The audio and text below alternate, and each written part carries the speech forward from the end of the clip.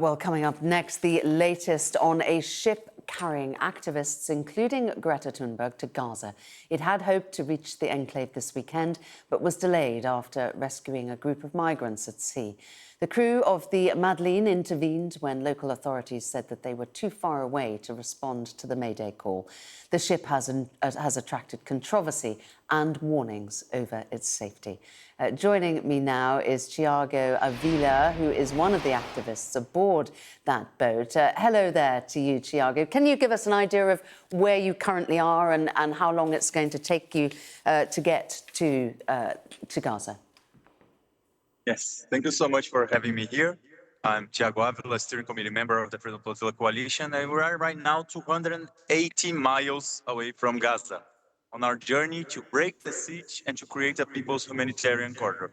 It's been 7 days of our journey so far, and we expect to reach Gaza by Monday. OK, so you've done the bulk of the journey. And just tell us, Thiago, what have you got on board? What are you taking as part of this humanitarian assistance? We are now a small boat carrying 12 people from 7 different countries, and we're carrying food, medicine, water filters, prosthetics for amputated children, and crutches who are forbidden by the illegal siege of 18 years that Israel imposed on Gaza, part of a genocide and ethnic cleansing of 8 decades. We're carrying most of all a small vessel, but to open a people's humanitarian corridor, but we're carrying the hope of humanity. Millions and billions of people are cheering for us right now, because if we open a humanitarian corridor, then the big ships can come and bring the food that people desperately need. Right, so what you're actually carrying is really a drop in the ocean, isn't it, to what people in Gaza need? But so really it's a symbolic mission rather than a humanitarian one. It's a humanitarian mission, but there's a very concrete effort to be bigger than what we are. So unless we open this humanitarian corridor, that mission should not even exist, should have been done by governments, by international institutions. But since they are failing, we are doing this for them and for humanity as a whole. We know that we can't wait for them to get a permission from the ones who are committing a genocide. So we need to do this ourselves. And it's not symbolic, because I'm sure the aid here will save lives. But it is, of course, a drop in the ocean. Like, even if we had 3 big cargo ships here, like we had last year, and they stalled us through bureaucratic warfare, still will not be enough. We had a big vessel last month that was bombed by Israel. 2 Israeli drones bombed our boat. It still was not enough, because Gaza needs more than 1,400 trucks entering Gaza per day. But because of the siege, only 500 were entering per day. And now for 1 year, 9 months, almost nothing was entering. The last 90 days, almost nothing entered. Almost not a single bag of flour, a single bottle of water. So we're going on what's most desperately needed. But you will well know, Thiago, that Israel doesn't want you there. Are you prepared for all eventualities, potentially a naval blockade and potential drone attack once you enter Israeli waters? Yes, we are, because we've been trying to break the siege for 17 years in the Freedom Flotilla Coalition. And we train all of our participants in nonviolent direct action, because this is a humanitarian mission, nonviolent mission. So we train our participants to respond nonviolently in any circumstance, even the case of most extreme violence that they can use against us. We also train emergency procedures in how to evacuate the ship, how to deal if they start shooting at us. Unfortunately, we are doing with a rogue state that does not respect international law, and we need to prepare ourselves. But the biggest safety measure that we can have is visibility.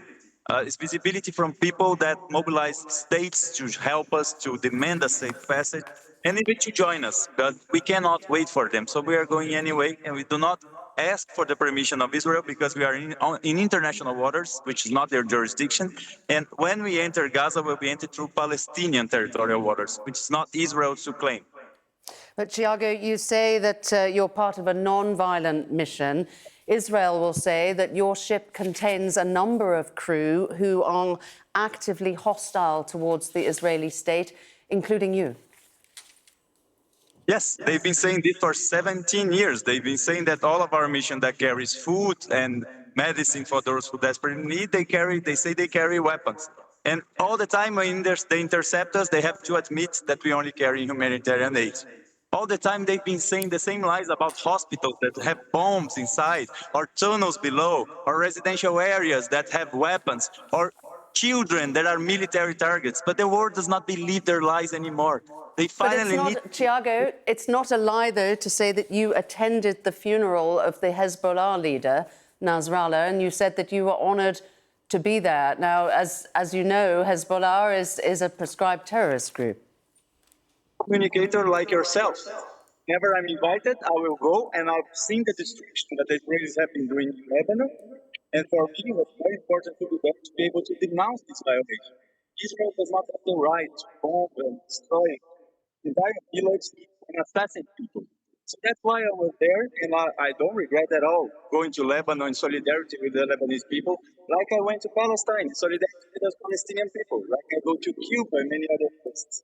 So to be honest, we are doing the best we can to stop imperialism and Zionism, who are the most hateful, racist, supremacist ideology of our time.